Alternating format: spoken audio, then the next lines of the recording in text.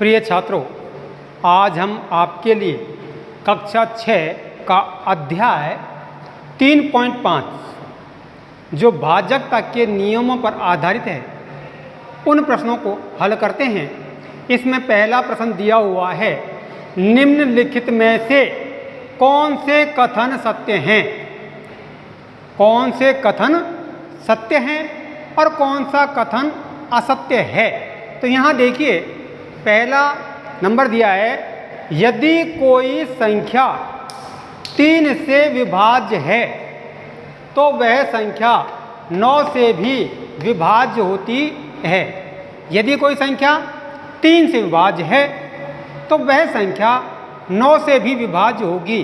ये कोई ज़रूरी नहीं है, क्योंकि 3 से भाज्य तो 6 भी है, तो 6 में क्या 9 का भाग चला जाता है? क्या नहीं जाता है?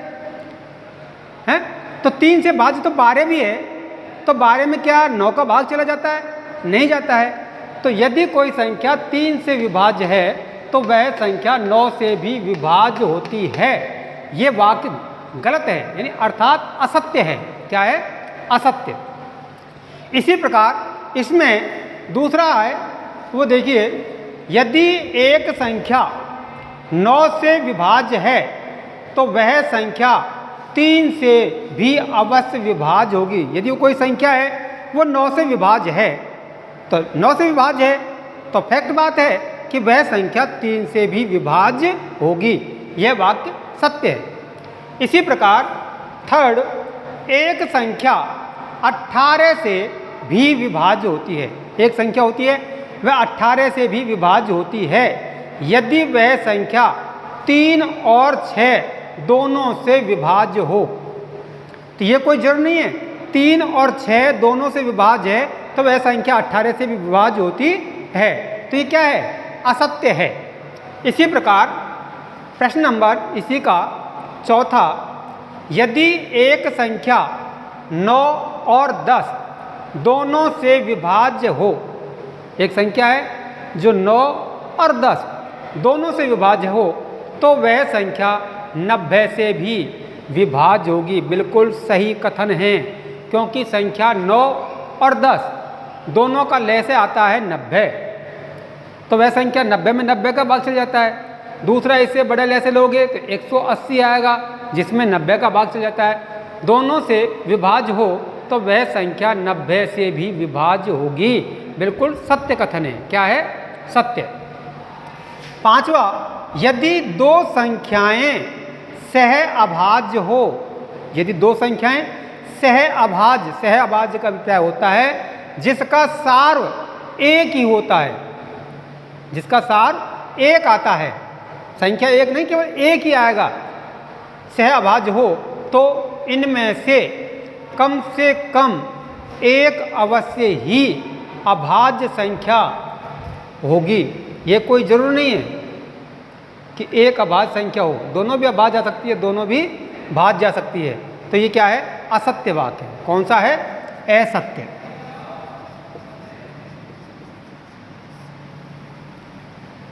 छठा, 4 से विभाज्य सभी संख्याएं। 4 से विभाज्य क्या है? 4 भी है, 8 भी है, 12 भी है। 4 से विभाज्य सभी संख्याएं 8 से भी अवश्य विभाजन होनी चाहिए। कोई जरूरी नहीं है, क्योंकि 4 से विभाज्य संख्या क्या होती है? 4, 8, 12, 16, 20, 24। तो 8 से भी अवश्य विभाजन होनी चाहिए। कोई जरूरी से लिए, क्योंकि 4 में 8 का भाग नहीं जाता, 12 में 8 का भाग नहीं जाता। तो क्या है ये बात? असत्य। क्या है? असत्य। यहाँ लिखा हुआ है पीछे को, असत्य है। इसी प्रकार सातवां, 8 से विभाज्य सभी संख्याएं। जो 8 से संख्याएं विभाज्य होती है, 8 से विभाज्य सभी संख्याएं 4 से भी विभाज्य होनी चाहिए। 4 से भी विभाज्य हैं, 4 से विभाज्य होनी चाहिए। बिल्कुल सही है।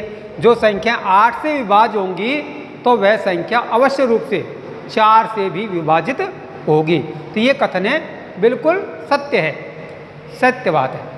इसी प्रकार आठवां, यदि कोई संख्या दो संख्याओं को अलग अलग पूरा विभाजित करती है।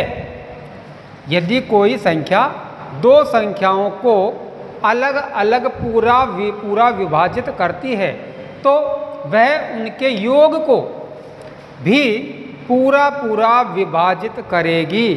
ये फैक्ट बात है, सत्य बात है।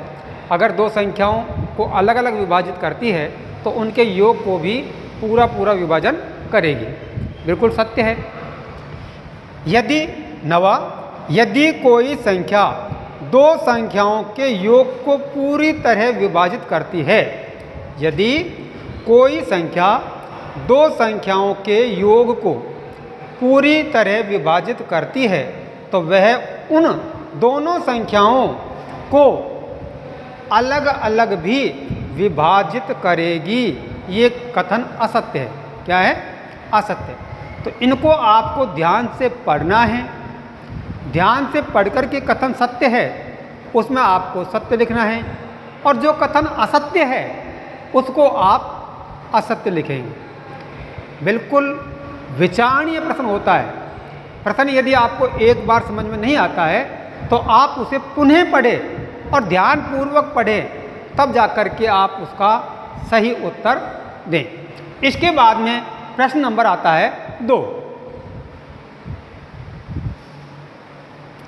देखिए यहाँ प्रश्न नंबर 2 है।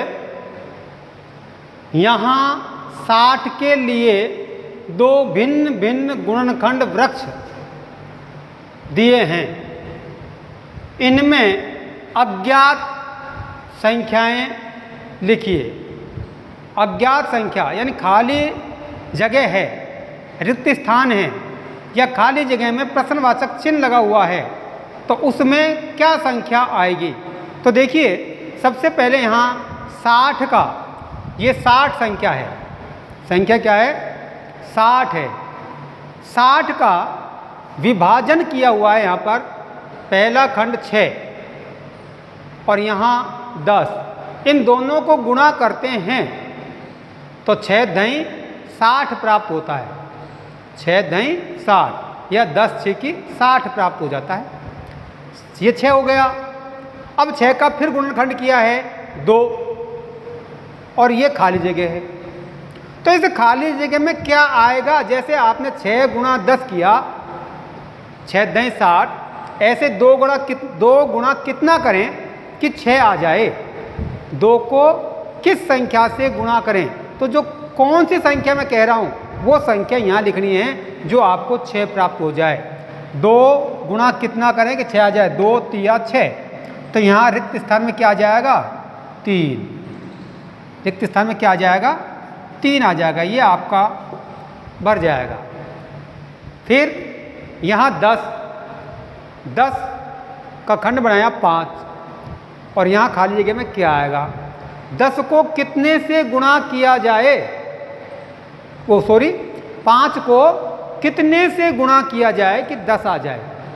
यहाँ 5 है, 5 गुणा कितना करें कि 10 हो जाए? 5 दूनी 10। तो यहाँ खाली जगह में क्या आ जाएगा? 2। क्या आ जाएगा? 2 आ जाएगा। तो ये अंडरलाइन हमने लगा दी। इसी प्रकार से 60 का दूसरा वृक्ष तैयार किया है उसने। 60 30। अब 30 को यहाँ किससे गुणा करें कि 60 हो जाए? 30 को ये दोनों गुणा करना है। इन दोनों कितना से गुणा करें कि 60 हो जाए? 30 दूनी 60। तो यहाँ रिक्त स्थान में क्या आ जाएगा? 2। 30 दूनी 60 हो गया। अब 60 के भी टुकड़े किए हैं उसने 10 खाली जगह। अब 10 को कितना से गुणा करा कि 30 आ जाए? 10 को कौन सी संख्या से गुणा करें कि 30 आ जाए? 10 3 30 3। तो क्या हो जाएगा? खाली जगह में 3 आ जाएगा। ठीक है। 10 3 30 30 आ गया। अब 30 को देखिए यहाँ पर 10 को यहाँ 10 है। अब 10 में दोनों जगह खाली है। कितना कितना गुणा किया जाए कि 10 आ जाए? 2 संख्याएं बतानी आपको जिनको गुणा करने पर क्या आ जाता है? 10 आ जाता है। तो 5 दूनी 10 या 2 पंजो 10।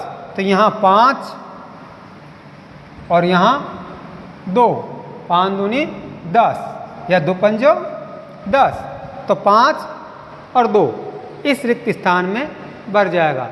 इसलिए ये क्या हो जाएगा, एक गुणनखंड का वृक्ष तैयार हो जाएगा। फैक्टर ट्री यानी गुणनखंड का वृक्ष तैयार हो जाएगा।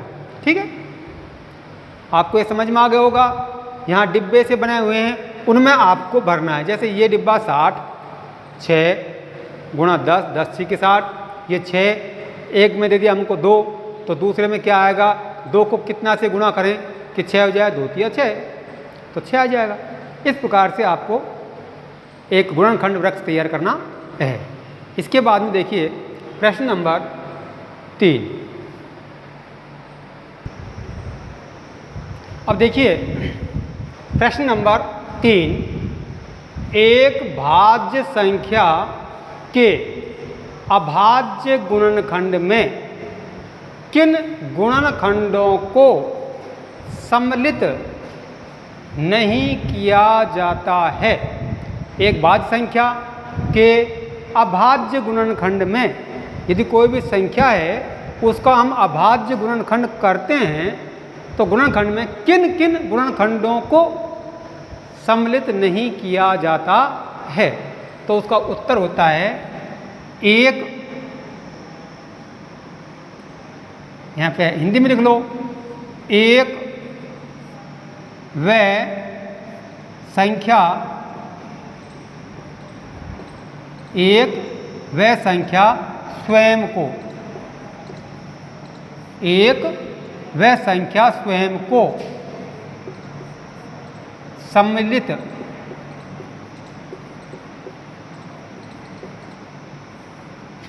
नहीं किया जाता।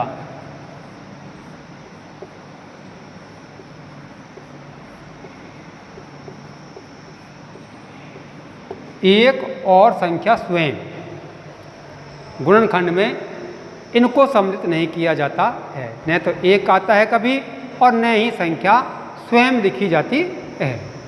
इसी प्रकार प्रश्न 4 अंकों की सबसे बड़ी संख्या लिखिए।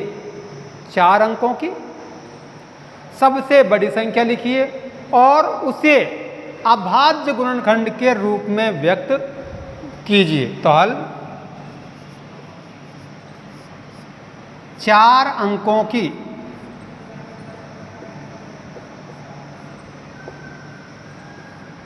सबसे बड़ी संख्या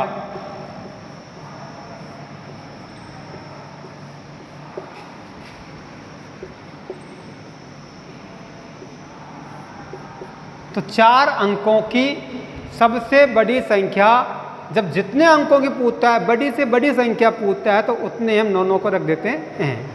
तो 4 अंकों की सबसे बड़ी संख्या 9 9 के 4, अर्थात ये संख्या कितनी बन जाती है, क्योंकि 4 अंक हो गए, 1 2 3 4, तो कितने हो गए 9999।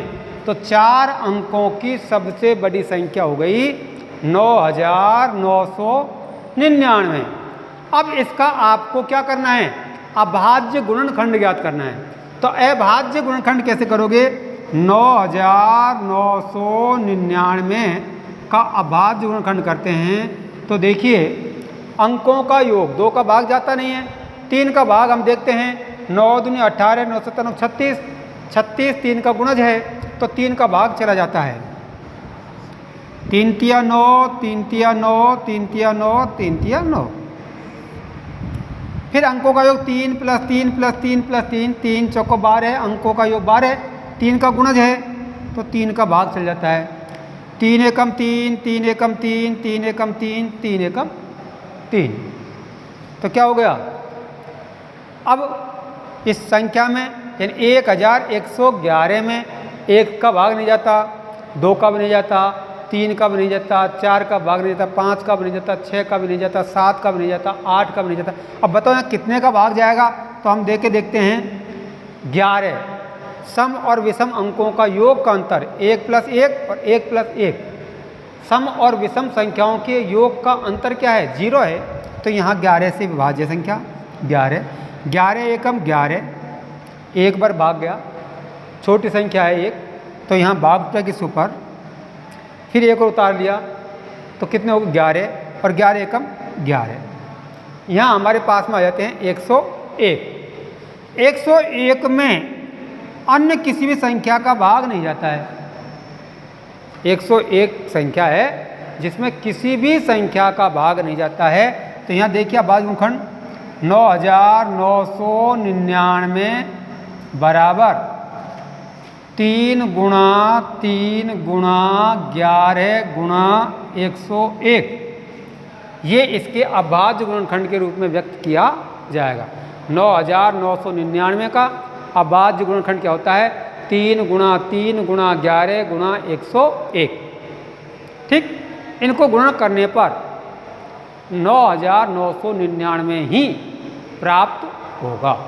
ये होते हैं इसके अभाज्य गुणनखंड। इसके बाद में देखिए प्रश्न नंबर 5। तो देखिए प्रश्न नंबर 5, 5 अंकों की सबसे छोटी संख्या लिखिए और उसे अभाज्य गुणनखंड के रूप में व्यक्त कीजिए। तो हल 5 अंकों की 5 अंकों की सबसे छोटी संख्या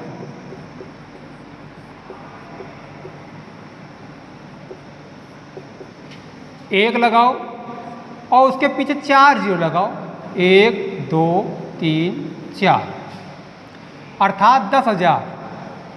5 अंकों की सबसे छोटी संख्या 10,000 और 10,000 का आपको करना है अभाज्य गुणनखंड। अभाज्य गुणनखंड